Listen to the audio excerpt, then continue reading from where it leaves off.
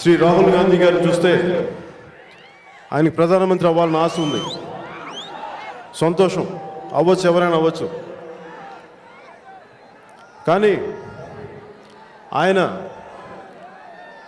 ఈ దేశంలో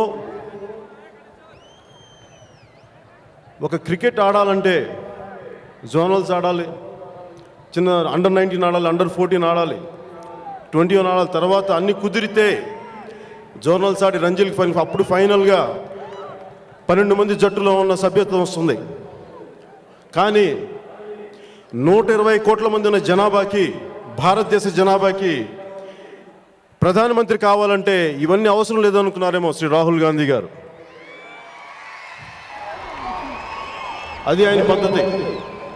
ఒక ఐఏఎస్ కావాలన్నా, ఐపీఎస్ కావాలన్నా మనకు అన్నీ కావాలి, అన్ని పరీక్షలు పాస్ అవ్వాలి.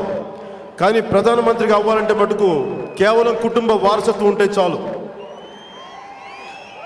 ఇందిరాగాంధీ గారి ఇంట్లో పుడితే గాంధీ గారి చివరి పేరు వస్తుంది, కానీ ఇందిరాగాంధీ గారి అనుభవం రాదు. అది రాహుల్ గాంధీ గారు తెలుసుకోవాలి.